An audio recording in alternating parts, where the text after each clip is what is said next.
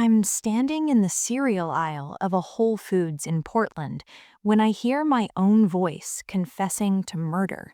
Not through the store speakers, through the AirPods of the woman beside me, scrolling through her phone while she compares organic granola prices. Her volume is loud enough that I catch fragments, my voice, but distorted through poor audio quality, saying words I absolutely remember saying. Sometimes I fantasize about killing him, just making him disappear. My basket hits the floor. A jar of organic almond butter shatters. The woman looks at me, annoyed. Then her eyes go wide as she actually sees my face. She yanks out one AirPod. "Oh my God, are you okay?" I can't speak because now I hear more. The voice of Dr. Sarah Chen, my therapist for the past 18 months, responding with that calm, measured tone I've paid $200 per session to hear. "Tell me more about these fantasies, Maya. What would making him disappear look like?" The woman is staring at me now, really staring, and I realize she's making the connection, my face, my voice coming through her podcast. "I'm so sorry," I managed, backing away from the spreading puddle of almond butter and glass. "I have to go." I don't remember driving home. I just remember my hands shaking so badly I could barely grip the steering wheel, and the single thought looping through my brain like a scratched record. Dr. Chen recorded me. Dr. Chen recorded my sessions and sold them to a true crime podcast. The him I'd been talking about, my ex-husband Marcus, who died 6 months ago in what was ruled an accidental drowning at Crater Lake. Let me back up because I need you to understand how completely I trusted this woman. I found Dr. Chen during the worst period of my life. My marriage to Marcus was imploding in spectacular fashion. He'd drained our joint account to fund his cryptocurrency addiction. He'd been sleeping with my former best friend, Jenna. And when I finally worked up the courage to ask for a divorce, he'd laughed in my face and said, "Go ahead, you'll get nothing. My lawyer's already taken care of that." I was 32 years old, working as a freelance graphic designer, barely making enough to cover rent, and I was having panic attacks so severe I'd black out. My sister Priya insisted I see someone. She'd found Dr. Chen through Psychology Today, 5-star reviews, specialized in trauma and divorce recovery, had a cozy office in the Pearl District with plants and soft lighting, and a white noise machine that made you feel like you were in a protective bubble. That first session, I cried so hard I went through an entire box of tissues.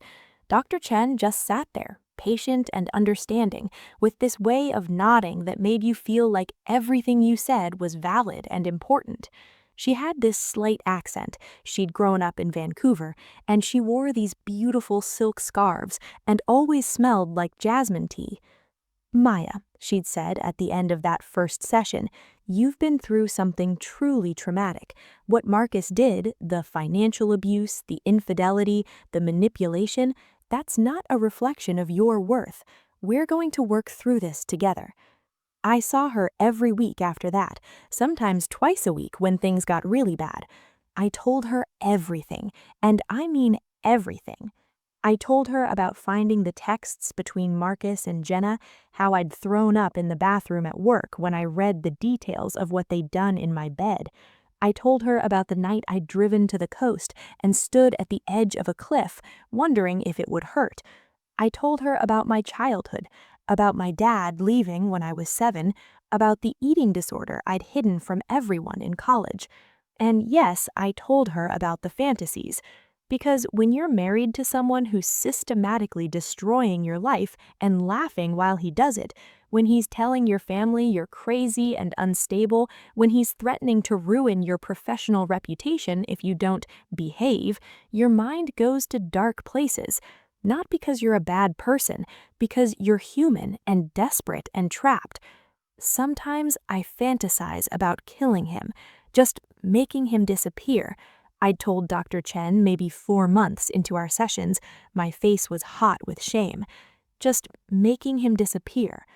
I know it's wrong. I know I'd never actually do it, but sometimes when I'm lying awake at night and I can hear him in the next room laughing on the phone, probably with her, I think about what it would be like if he just wasn't here anymore. Dr. Chen hadn't looked shocked. She just nodded in that calm way. These are intrusive thoughts, Maya. They're actually very common in situations of prolonged stress and abuse. The fact that you can recognize them as fantasies, that you feel guilt about them, tells me you have strong moral boundaries. We need to work on channeling this anger in healthier ways. That conversation had helped me so much. It had made me feel less like a monster. And now it was on a true crime podcast. When I got home to my apartment, a small one-bedroom I'd moved into after the divorce was finally finalized, I went straight to my laptop. My hands were still shaking as I typed Maya Patel Murder Podcast into Google. The first result made my stomach drop. The Dark Side of Grief. Did a scorned wife get away with murder? The Cascade Files, Episode 47. The Cascade Files. I knew that podcast. I'd listened to it while doing design work. It was one of those popular true crime shows that covered unsolved cases and mysterious deaths in the Pacific Northwest. The host, someone named Blake Morrison, had that smooth NPR voice that made even the most gruesome murders sound like bedtime stories. I clicked the link. The episode description read, "When successful tech consultant Marcus Patel drowned at Crater Lake, authorities ruled it an accident, but exclusive therapy session recordings reveal his ex-wife had detailed fantasies about his death months before. Was it really an accident, or did Maya Patel commit the perfect crime?" Exclusive therapy session recordings. I was going to be sick. I ran to the bathroom and threw up until there was nothing left. When I finally emerged, I forced myself to download the episode. I needed to know exactly what I was dealing with. Blake Morrison's voice filled my apartment. Before we begin, I want to warn listeners that this episode contains descriptions of violence and disturbing psychological content. What you're about to hear are actual recordings from therapy sessions, obtained through a confidential source. Some audio has been edited for clarity and to protect certain identifying details, but the content is authentic and unaltered. My voice came through next, sounding small and tired. "I don't know how much more of this I can take, Dr. Chen. He's turned everyone against me. My own mother thinks I'm being dramatic. Last week, he told my boss I was mentally unstable. I'm losing clients because of his lies. Dr. Chen, that must feel incredibly isolating. Me. It does. It makes me feel like I'm disappearing, like he's erasing me from my own life. And the worst part is there's no escape. Even after the divorce is final, he'll still be there, still finding ways to hurt me. Unless what, Maya?" Long pause. Then my voice, so quiet I had to turn up the volume. "Unless something happens to him." The episode went on like that for 45 minutes. They'd spliced together clips from multiple sessions, creating this narrative of an increasingly desperate woman fantasizing about murdering her husband. They played the clip about me imagining him disappearing. They played another clip where I'd described in detail a dream I'd had about pushing Marcus off a cliff. They even played the session where I'd cried about how much easier my life would be if he just didn't exist anymore. Out of context, it sounded damning. It sounded like premeditation. Blake Morrison narrated between clips, his voice dripping with sinister implication. Maya Patel's therapy sessions paint a picture of a woman consumed by rage and thoughts of violence. Dr. Chen, whose identity we're protecting, expressed concern about Maya's mental state in notes provided to us, and then, just 3 months after that last recorded session about making Marcus disappear, drowned at Crater Lake under circumstances that investigators admit were unusual. I felt like I was watching my life being turned into entertainment, like I was seeing myself through a funhouse mirror, familiar but grotesquely distorted. The episode went into details about Marcus's death, how he'd gone to Crater Lake alone, supposedly for a hiking trip, how his body was found at the bottom of a cliff in the water, how there were no witnesses, how I'd been questioned but never arrested because there was no evidence of foul play. What they didn't mention was that I'd been in Seattle that entire weekend, attending a design conference. I had dozens of witnesses, hotel receipts, time-stamped photos. The police had cleared me immediately. But the Cascade files made it sound like I'd somehow gotten away with murder. The episode ended with Blake Morrison asking listeners to consider whether the justice system had failed Marcus Patel, whether a woman's tears and a good alibi had been enough to let a killer walk free. I sat in silence after it ended, my mind racing. How did they get those recordings? Dr. Chen had always assured me our sessions were confidential. I'd never signed anything giving permission for them to be recorded, let alone shared. This had to be illegal. This was a massive HIPAA violation, wasn't it? My phone started buzzing, text messages flooding in. Priya, Maya, what is this podcast everyone's sending me? My mom, I just got a call from Aunt Rita asking if you killed Marcus. What is going on? An unknown number. Murderer. Another unknown number. You're going to hell. My old college roommate, Katie. Hey, I know this sounds crazy, but someone sent me this podcast, and I just want you to know I don't believe it for a second. Call me if you need anything. More unknown numbers. Hope you rot in prison. Your therapist is a hero for exposing you. How does it feel to get away with murder? I turned off my phone and just sat there in the growing darkness of my apartment. Less than 24 hours ago, I'd been living my quiet, healing life. I'd been going to therapy, rebuilding my client base, slowly learning to trust people again after everything Marcus had put me through. I'd even been on a few dates with a kind man named David who worked at Powell's Mooks. Now I was the star of a true crime podcast being accused of murder by thousands of strangers. I thought about calling the police, but what would I even say? That my therapist had violated confidentiality? They'd probably tell me to get a lawyer and handle it civilly. And the murder accusation? They'd already investigated Marcus's death. They knew I was innocent. But public opinion is a different beast than legal innocence. I made myself get up and turn on the lights. I needed to think clearly. I needed a plan. First, I had to find out exactly how much of our sessions Dr. Chen had recorded and sold.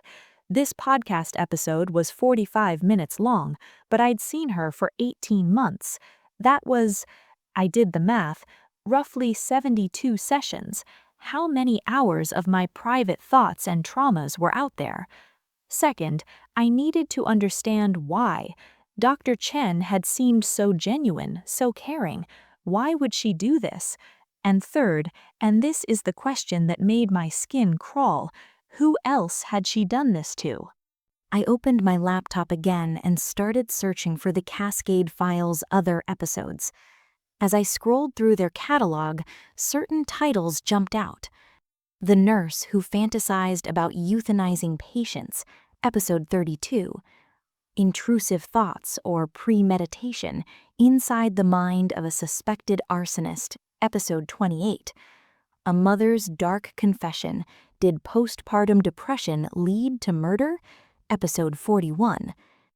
Each description mentioned exclusive therapy recordings or confidential psychological sessions. Dr. Chen hadn't just betrayed me, she'd been doing this to multiple patients. I needed to talk to someone who would believe me, who would understand the gravity of what was happening. I grabbed my phone and called Priya. She answered on the first ring. Maya, thank God.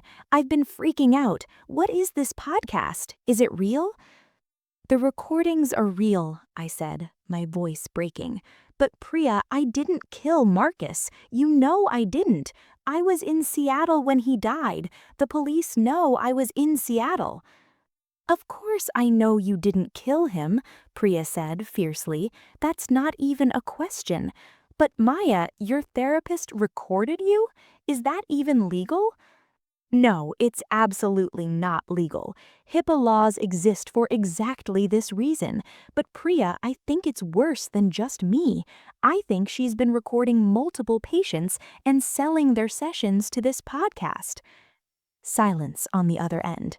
Then, "Oh my God, Maya, you need to get a lawyer, like right now. This is massive." "I know, but it's the middle of the night. I'll call someone in the morning." "Are you safe? Do you want me to come over?" I almost said yes, but Priya had a husband and 2 small kids, and it was late. "No, I'm okay. I needed to hear your voice, to know someone believes me." "I believe you. Mom believes you. She's just confused and scared. Anyone who actually knows you knows you're not capable of murder." We talked for a few more minutes before hanging up. I felt marginally better, but as I lay in bed that night, unable to sleep, all I could think about was Dr. Chen sitting in her beautiful office with her silk scarves and jasmine tea smell, nodding sympathetically while I poured out my darkest thoughts, all while a recording device captured every word. The betrayal felt even worse than what Marcus had done to me. Because I'd chosen to trust her. I'd made myself vulnerable. I'd gone to therapy specifically to heal from betrayal, and instead I'd walked into an even worse one. When morning finally came, I was exhausted but determined. I made coffee with shaking hands and started researching attorneys who specialized in medical privacy violations. I found a firm in downtown Portland that looked promising, Patterson and Associates, specializing in HIPAA violations and medical malpractice. I was about to call when I heard my phone buzz with a notification, another email. The subject line made my blood run cold. "We need to talk, Dr. Sarah Chen." I opened the email. "Dear Maya, I imagine you've heard the recent podcast episode. I want you to know how deeply sorry I am that you're going through this. I understand you must feel betrayed, but I hope you can understand that I was put in an impossible position. The podcast producers obtained those recordings through means I'm not at liberty to discuss, and I had no control over how they were used. I want to help you through this. If you're willing to meet, I'd like to discuss what happened and explore our legal options together. You're not alone in this, and I'm committed to protecting your privacy going forward. Please call my office to schedule an emergency session, no charge, of course.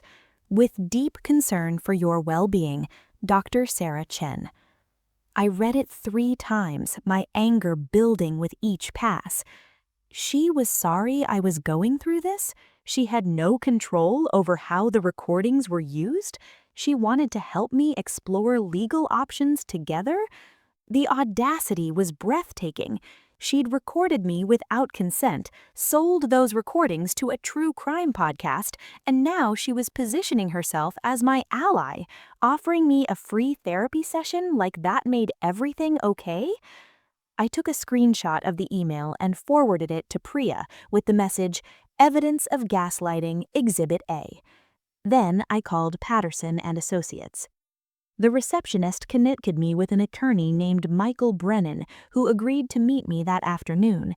I spent the time until my appointment going through everything I could remember about my therapy sessions with Dr. Chen, every form I'd signed, every conversation we'd had about confidentiality, every assurance she'd given me that what I said in that room stayed in that room. I also did something else. I started listening to more episodes of the Cascade Files. Episode 32, about the nurse with euthanization fantasies, featured a woman's voice discussing intrusive thoughts about ending her patient's suffering. The woman sounded desperate, seeking help for thoughts that horrified her. Blake Morrison's narration made it sound like she was planning serial murders. Episode 41, about the mother with postpartum depression, was even worse. A woman crying about sometimes wishing her baby would just stop crying, admitting she'd thought about running away, about how overwhelmed and terrified she felt. The podcast framed it as a near confession to infanticide. These were people in pain, seeking help, and their worst moments were being turned into entertainment. I needed to find these women. We needed to fight back together. But first, I had my meeting with Michael Brennan. His office was in one of those modern buildings downtown with too much glass and not enough personality. Michael himself was probably in his 40s with graying hair and wire-rimmed glasses. He had the kind of face that immediately put you at ease, which I appreciated because I was holding myself together by threads.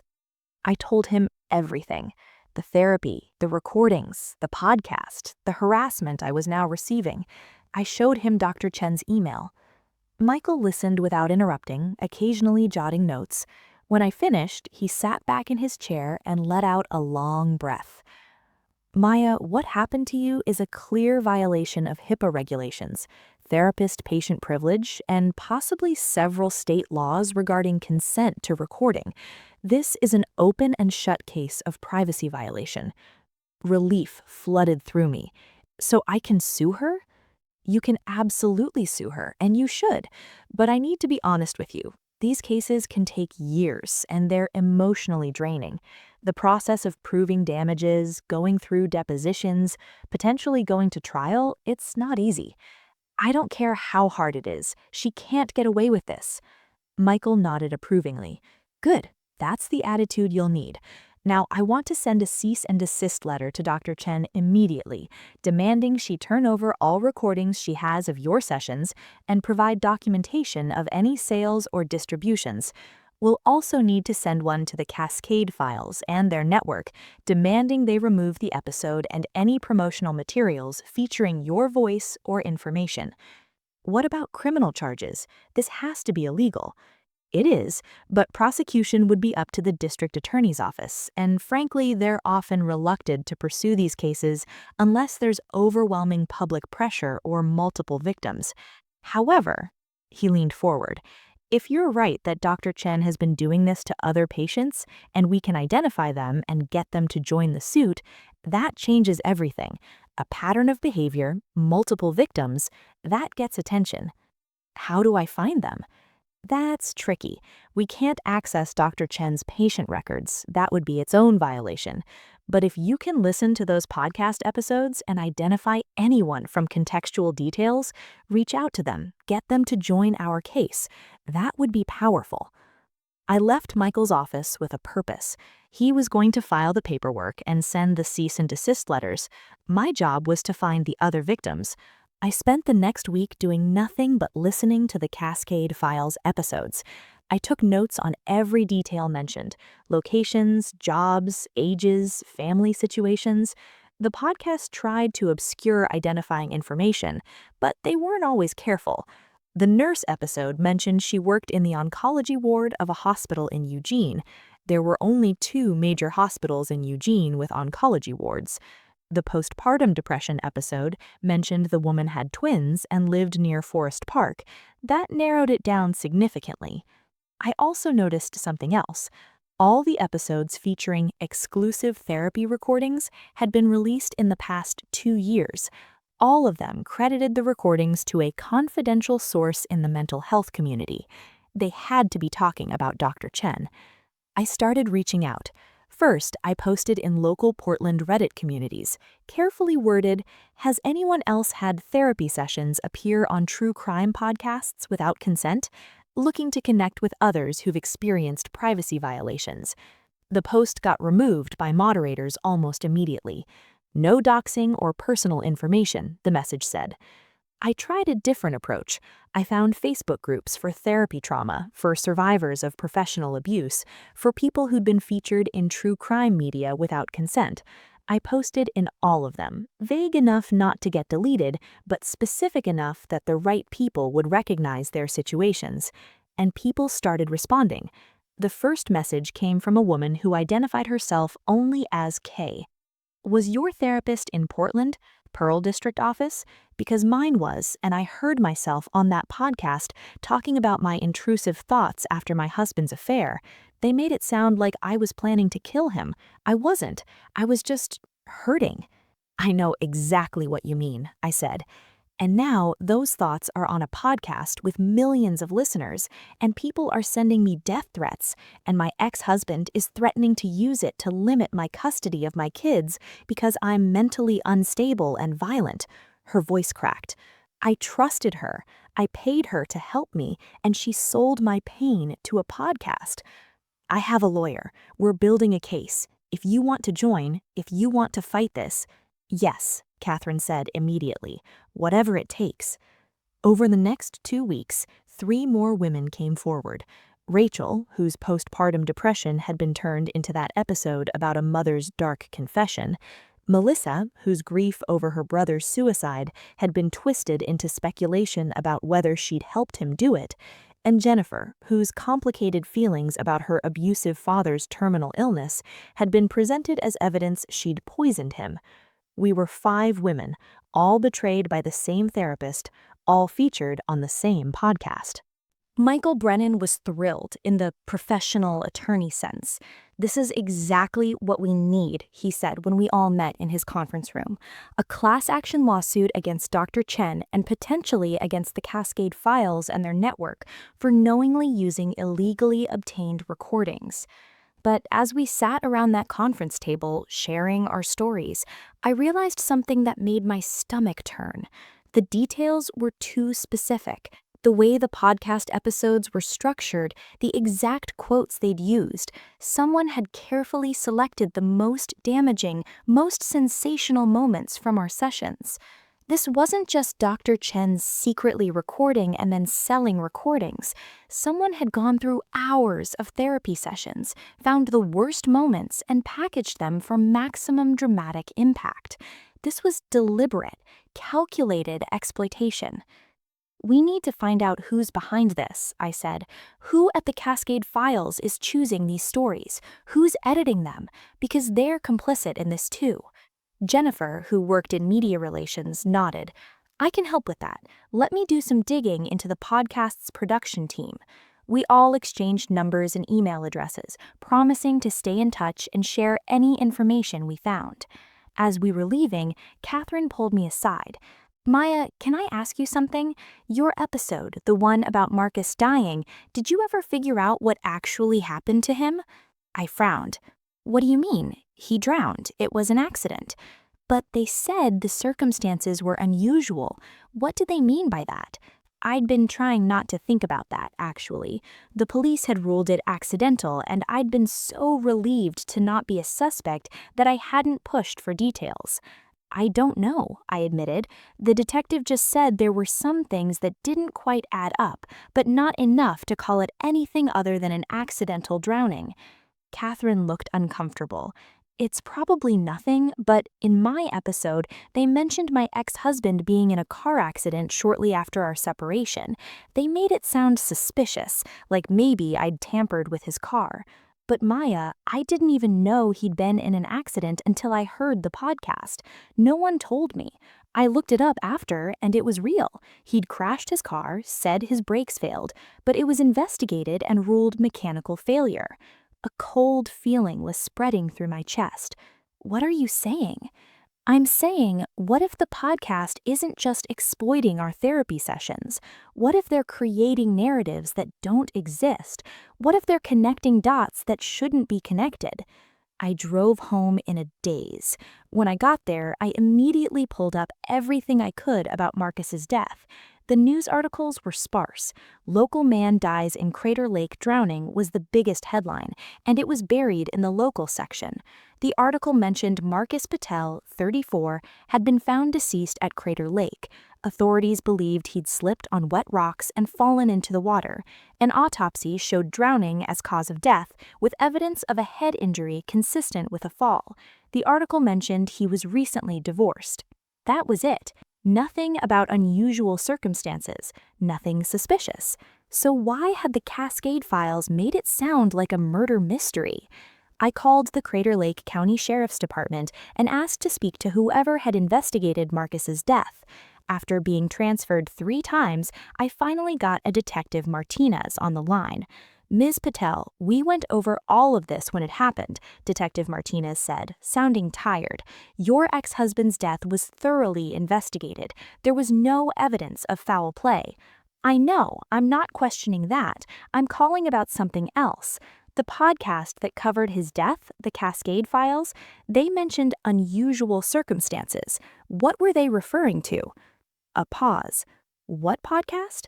The Cascade Files. It's a true crime podcast. They did an episode about Marcus's death, suggesting it might have been murder. Another pause, longer this time. Ms. Patel, no one from any podcast ever contacted our department about your ex-husband's case. We don't give information to podcasts without formal requests, and I have no record of such a request. My mouth drew dry. So, where did they get their information? I have no idea, but if they're reporting false information about an official investigation, that's something you might want to take up with a lawyer. I thanked him and hung up. They'd never contacted the police. They'd just made up the suspicious circumstances. They'd taken my therapy sessions where I'd talked about fantasies and built a murder mystery around a completely accidental death. They'd created a crime that didn't exist. I called Michael Brennan and told him what I'd found. Then I called Catherine and the others. We need to check, I said to Catherine. Your ex-husband's car accident, was it really investigated for tampering? Catherine called me back an hour later, her voice shaking. I talked to the mechanic who inspected his car. There was no investigation. It was just old brake pads. The podcast made it all up. We checked the others. Rachel's episode had implied her baby had been hospitalized for suspicious injuries. The baby had never been hospitalized. Melissa's episode suggested her brother's suicide note contained accusations against her. The note had mentioned her only to say he loved her and was sorry for his pain. Jennifer's father had died of his cancer in hospice, surrounded by family. There had never been any question of poisoning. The Cascade Files had taken our real therapy sessions, our real pain and trauma, and built completely fabricated crime narratives. This is bigger than we thought, Michael said when I brought him the evidence. This isn't just HIPAA violations. This is defamation, it's fraud, this could potentially be criminal conspiracy. We need to expose them. We need to go public with this before they do it to anyone else. But Michael shook his head. If we go public now, before we have all our evidence lined up, they'll bury us with lawyers. These podcast networks have resources we don't. We need to be strategic. So what do? We build an airtight case, and in the meantime, we find out exactly how deep this goes. Jennifer came through with information about the Cascade Files production team. The podcast was produced by Crimson Media Network, a mid-sized company that produced about a dozen true crime podcasts. The host, Blake Morrison, was actually a pseudonym for Brandon Mitchell, a former failed crime novelist who'd pivoted to podcasting. But the person Jennifer flagged as most interesting was the producer, Amanda Weiss, who'd worked on every single episode featuring exclusive therapy recordings. I found her LinkedIn, Jennifer told us at our next meeting. She worked in pharmaceutical sales before this, no background in media or production. But guess what else? She was previously employed by a medical billing company that had access to patient records from multiple healthcare providers in Oregon and Washington. She had access to therapy records, Catherine breathed. That's my guess. She found a goldmine of dramatic content, real people's private therapy sessions, and realized she could turn it into entertainment. But how did she get Dr. Chen to participate? That was the question that had been bothering me too. Why would a licensed therapist risk her entire career for a podcast? I decided to find out directly.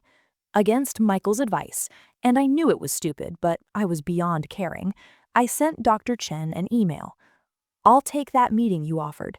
Your office, tomorrow at 2 p.m. Just you and me. She responded within an hour. I'm so glad you're ready to talk, Maya. I'll see you tomorrow. I told Michael and the others what I was doing. I need to hear it from her. I need to understand why. Wear a wire, Jennifer suggested. If she says anything incriminating, we want it recorded. The irony wasn't lost on any of us. Michael got me a recording device that clipped to my bra strap. Oregon is a one-party consent state, he told me. You're legally allowed to record conversations you're part of. Just be careful, Maya. If she suspects anything, she won't. I showed up at Dr. Chen's office the next afternoon, my heart hammering against my ribs. The office looked exactly the same. Plants, soft lighting, the white noise machine humming away. Dr. Chen was sitting in her usual chair, wearing a blue silk scarf and looking genuinely concerned. "Maya, thank you for coming," she said softly. "Please, sit." I sat on the couch where I'd spent so many hours spilling my secrets. "I want to start by saying how truly sorry I am," Dr. Chen began. "What happened with that podcast was never supposed to happen the way it did. You have to believe me." "Then how was it supposed to happen?" I asked, keeping my voice level. She sighed, and for a moment she looked genuinely distressed.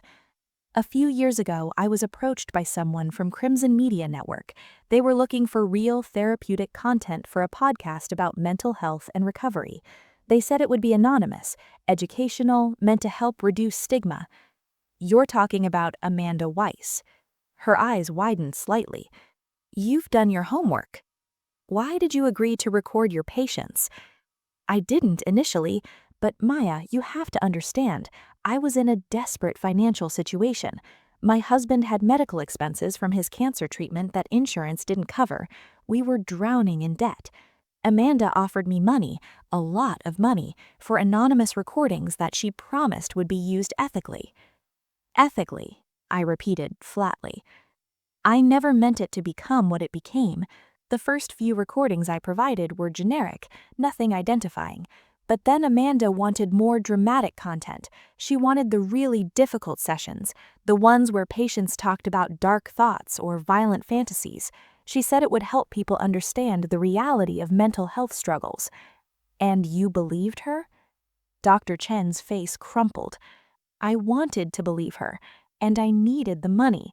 By the time I realized what the podcast was really doing, I was in too deep.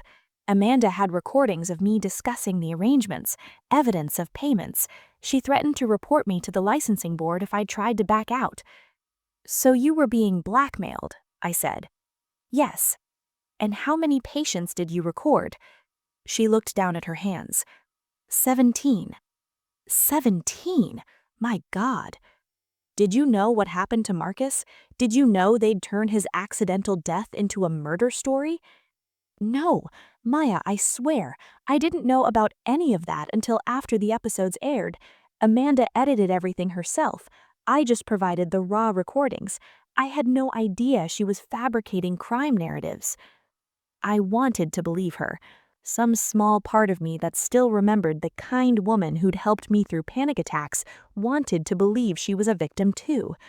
But she'd still done it. She'd still recorded us without consent. She'd still sold our pain. "Do you have copies of all the recordings?" "Yes, I kept them as insurance in case Amanda ever turned on me completely." "I need them, all of them. And I need every communication you've had with Amanda Weiss and anyone else at Crimson Media." Dr. Chen nodded slowly. "Are you going to report me?" "Yes, but if you help us take down Amanda and the podcast, if you cooperate fully, that might help you." "I'll do whatever you need." She went to her office safe. Of course she had a safe, and pulled out a thumb drive. "Everything's on here. Every recording, every email, every payment receipt." I took it, my hand steady despite the adrenaline coursing through me. "Maya," Dr. Chen said as I stood to leave, "I know this doesn't mean anything now, but I really did care about you. I really did want to help you heal." I looked at her for a long moment.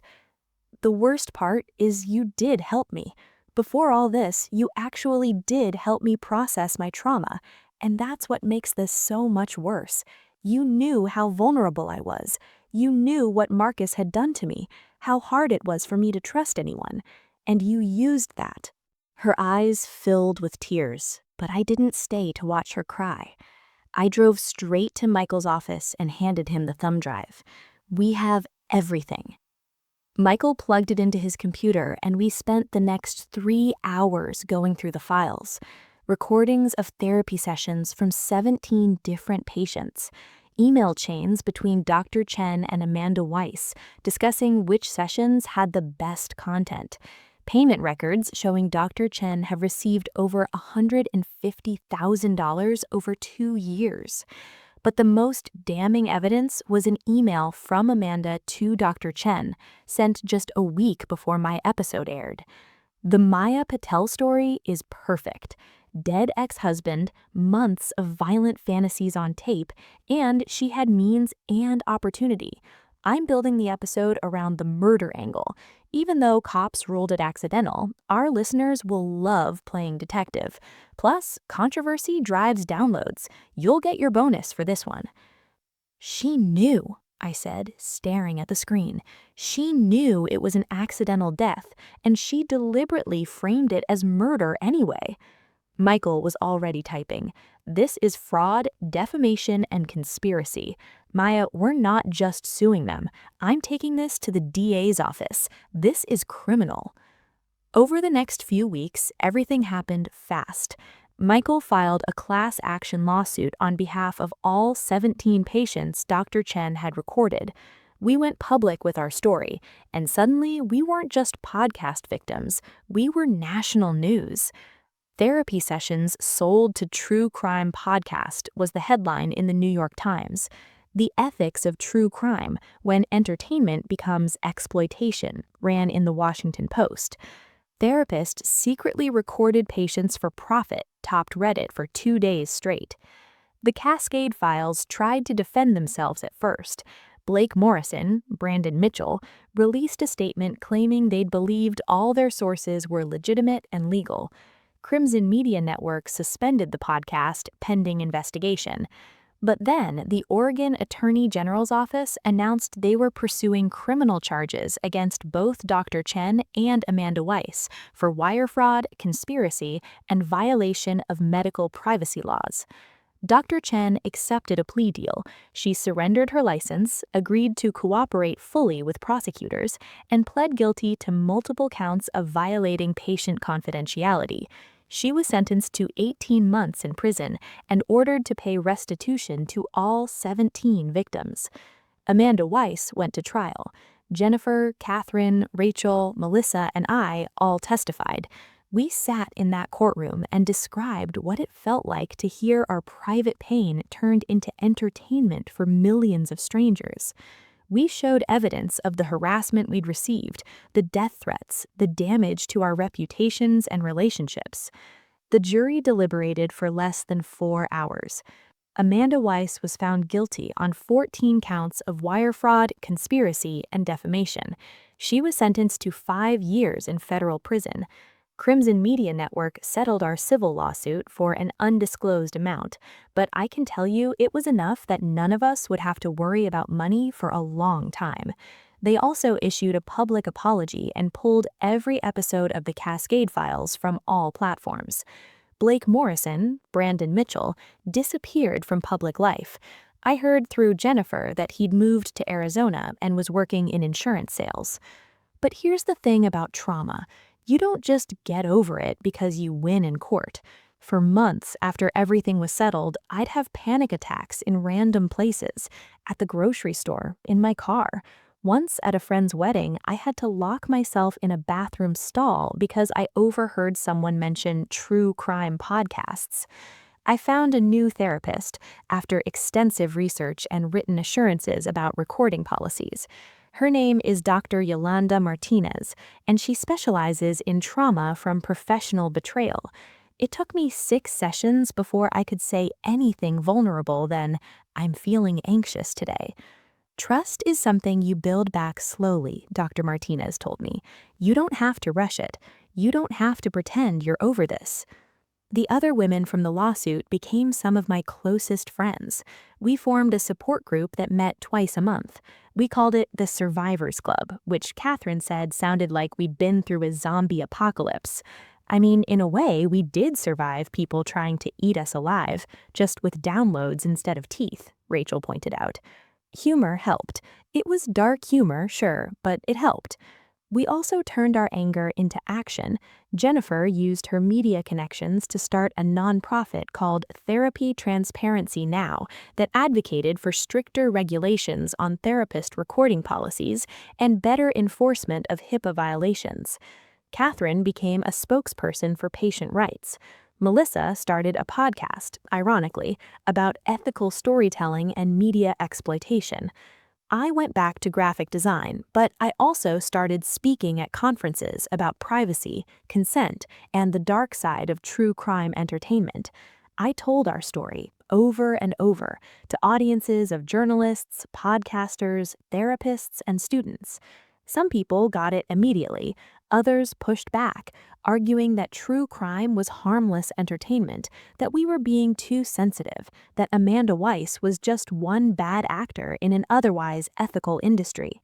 To those people, I'd say, would you want your worst moment, your most vulnerable confession, turned into entertainment for millions of strangers?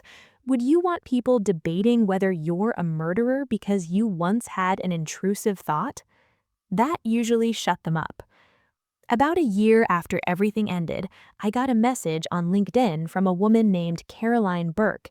She said that she'd been a patient of Dr. Chen but hadn't been included in the lawsuit because her sessions had never been sold to the podcast. I just wanted to thank you, her message read. I've been carrying so much guilt about not speaking up when I heard that first episode. I recognized Dr. Chen's voice immediately, but I was too scared to get involved. Seeing you fight back, seeing you win, it helped me process my own feelings about being one of her patients. Even though my sessions weren't sold, I still felt violated knowing she could have done it to me too. Thank you for holding her accountable. I met Caroline for coffee, and she told me that she'd been seeing Dr. Chen for PTSD from a sexual assault. If my sessions had been sold to that podcast, if my trauma had been turned into entertainment for millions, I don't know if I would have survived it, she said quietly. That's when it really hit me, the full scope of what we'd prevented. By fighting back, by refusing to let Dr. Chen and Amanda Waddy stand away with it, we'd potentially saved dozens of other people from the same violation. 2 years after the lawsuit settled, I was finally ready to date seriously again. I'd been on casual dates, but nothing substantial. David from Powell's Books had stuck around through all the chaos, which was remarkable. He'd never pushed me for more than I was ready to give, never made me feel like I was damaged goods. We were at dinner when he said, I want you to know that I don't need to know everything about what you went through. You can tell me if you want, when you want, but you don't owe me your trauma. I almost cried into my pasta. Do you know how rare that is? How many people act like I owe them the story because it was public? I can imagine. But Maya, you're not a story. You're a person, and I like the person you are. The one who makes terrible puns about fonts, who rescues succulents from grocery stores, who falls asleep during movies but insists on finishing them the next day. That's who I want to know. Reader, I married him. Not that night, obviously, but 2 years later in a small ceremony at a garden in Washington Park. My vows made no mention of betrayal or trauma or true crime. They were just about love and choosing to trust again despite everything. Rachel and her husband brought their baby. Melissa came with her girlfriend. Jennifer flew in from Boston, where she'd moved for a new job. Catherine was my maid of honor. Dr. Martinez came as a guest, which felt right. She'd been part of my healing journey, and unlike Dr. Chen, she'd earned the privilege of being in my life. Marcus's death was never re-investigated. As far as the official record goes, he died in an accidental drowning at Crater Lake. Sometimes I wonder what really happened that day, if he really did just slip, or if there was more to it. But I've made peace with not knowing. His death was tragic, even though our marriage was terrible. He was someone's son, someone's friend, and he deserved better than to have his death turned into entertainment. I think about Dr. Chen sometimes. She got out of prison after serving 14 months and moved to California. I heard she works in medical billing now. Ironic, given Amanda's background. She sent me a letter about 6 months after her release. Another apology. I never responded. Some betrayals don't earn forgiveness, and that's okay. Amanda Weiss is still in federal prison. She'll be eligible for parole in another year. Part of me dreads the day she gets out, worries she'll try to profit from her story somehow. But Jennifer assures me that if she does, we'll be ready. The true crime industry has changed, at least a little. After our case made national news, several major podcast networks implemented ethics guidelines about sources and consent. Apple Podcasts now requires creators to certify they have permission to use any private recordings. It's not perfect, but it's something. I still can't listen to true crime podcasts. Even the ethical ones trigger me. David understands. He switched to history podcasts and audiobooks for his commute. But here's what I want you to understand. I'm not broken. I'm not a victim frozen in that moment of betrayal. I'm a survivor who rebuilt her life, who found love and friendship and purpose after everything fell apart. Some nights, I still have dreams of walking into Dr. Chen's office and seeing a recording device on her desk. In the dreams, I see it immediately and walk out.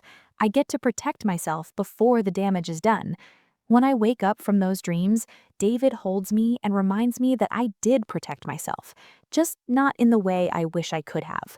I protected myself by fighting back, by refusing to be silenced, by turning my pain into purpose. The other day, I got an email from a woman in Chicago who'd heard me speak at a conference. She told me her therapist had been acting suspiciously, and after hearing my story, she'd asked directly about recording policies. The therapist had admitted to recording sessions for training purposes without explicit consent. The woman reported her to the state licensing board. "You saved me from going through what you went through. Thank you for being brave enough to share your story." That's why I keep telling it. That's why I agreed to have it shared like this, on my own terms, in my own words. Because somewhere out there is someone sitting in a therapist's office, trusting someone they shouldn't. And maybe they'll hear this story and ask the right questions. Maybe they'll protect themselves in time. Or maybe they won't. Maybe they'll go through what I went through, the betrayal, the exposure, the harassment. And if they do, I want them to know you can survive it. You can fight back. You can win. Because here's the truth that Dr. Chen and Amanda Weiss never understood. Our stories belong to us. Our pain, our struggles, our darkest thoughts, they're ours. And when someone steals them, when they profit from our vulnerability, they don't just violate privacy laws or professional ethics. They violate something fundamental about what it means to be human, the right to be vulnerable without being exploited, the right to seek help without becoming entertainment, the right to heal without having our wounds put on display. I got that right back. It took years and legal battles and more therapy and so much work, but I got it back. And now I'm using my voice, the real voice, the one that belongs to me and no one else, to tell you you have that right too. Don't let anyone take it from you. And if they do, fight like hell to get it back. 3 years after everything happened, I was working on a website design for a nonprofit when my phone rang. Unknown number. I almost didn't answer. I'd gotten enough harassing calls during the podcast fiasco that I was wary, but something made me pick up. "Miss Patel, this is Detective Rodriguez from the Portland Police Bureau. I'm calling about an active investigation, and your name came up in connection with the case we're working on." My stomach dropped. "What case?" "We're investigating a complaint filed by several individuals who claim their private medical information was illegally obtained and distributed. The case involves a podcaster named Marcus. Let me check my notes. Marcus Chen. Any relation to Dr. Sarah Chen?" Marcus Chen. Dr. Chen had a brother named Marcus. She'd mentioned him once in passing. "Her brother," I said slowly. "What did he do?" "We believe he's been attempting to continue what his sister and Amanda Weiss started. He's been approaching therapists in the Seattle area, offering them money for patient recordings. So far, 2 therapists have reported him to the authorities. Oh my God. We're building a case, but it would help if you'd be willing to testify about the pattern of behavior in the Chen family, given your experience with Dr. Sarah Chen. I agreed immediately. Of course I did. Some fights, it turns out, don't end just because you win once. You have to keep fighting. But this time, I wasn't alone. This time, I had Catherine and Rachel and Jennifer and Melissa. I had David. I had a Dr. Martinez. I had an entire community of people who understood what was at stake. Marcus Chen never got far with his scheme. Between the therapists who reported him and our testimony about the damage his sister had caused, the DA's office shut him down fast. He pled guilty to attempted wire fraud and got probation plus a restraining order preventing him from contacting any mental health professionals for non-personal reasons. That was 6 months ago. As far as I know, that chapter is finally closed. Today is my 36th birthday. David made me French toast for breakfast, and tonight we're having dinner with the Survivors Club. That's what we still call ourselves, even though we're friends now, not just trauma-bonded victims. I've been thinking about what I want my life to look like moving forward. The lawsuit money gave me financial freedom, but freedom is only valuable if you use it for something meaningful. So I'm writing a book. Not this story, that's too raw, too personal to publish in detail, but a book about privacy in the digital age, about the ethics of true crime, about how to protect yourself when seeking mental health care. Dr. Martinez is contributing a chapter about rebuilding trust after professional betrayal. Catherine is writing about the legal protections that exist and the ones we still need. I'm also starting a scholarship fund for people who can't afford therapy but need it. Because one thing this whole nightmare taught me is that therapy, when done right, can save your life. It saved mine, actually. The work I did with Dr. Martinez helped me process not just the betrayal, but all the trauma that came before it. The stuff with Marcus, with my dad leaving, with thinking I wasn't worthy of love or protection. I am worthy. We all are. That's the ending I choose for this story. Not the lawsuit or the arrests or even the marriage. Those are all just events, just things that happened.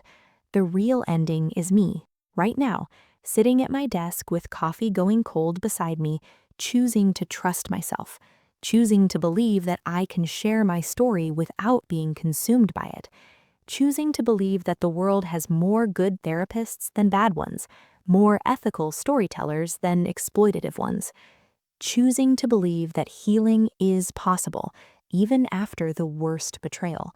Because it is. I'm living proof. If you're reading this and you've been through something similar, if someone violated your trust, exploited your pain, turned your private struggles into public spectacle, please know what happened to you was wrong. It wasn't your fault, and you have the right to fight back. But you also have the right to heal, to move on, to build a life that isn't defined by what was done to you. That's what I'm doing. That's what we're all doing. And if Dr. Chen is reading this, and part of me hopes she is, I want you to know I don't forgive you. I don't think I ever will. But I also don't hate you anymore. You're just a person who made terrible choices and has to live with the consequences. Just like I'm a person who survived your terrible choices and chose to build something better. We're not enemies. We're not connected anymore at all. You're just someone I used to know. And that, finally, is freedom. Epilogue. The Cascade Files never came back. Crimsel Media Network rebranded and now produces corporate podcasts about leadership and innovation.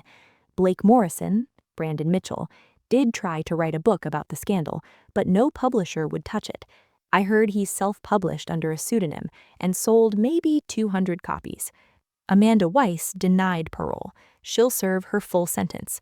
Dr. Chen completed her prison sentence and her probation. Last I heard, she was working in medical billing in Sacramento and living with her brother Marcus, the same Marcus who tried to continue her scheme. I suppose some families really do stick together, even in dysfunction. The 17 of us who were violated by Dr. Chen stay in touch. We have a group chat that's mostly memes and book recommendations now, which feels healthy. We've moved past being defined by what happened to us. Some days are harder than others. Some days I still hear my voice in my head, distorted and taken out of context, confessing to things I never did. But those days are fewer now. Most days I just live. I design websites, I walk my dog. Yes, David and I got a dog, a rescue mutt named Artie who's afraid of vacuum cleaners but loves everyone he meets. I cook dinner badly.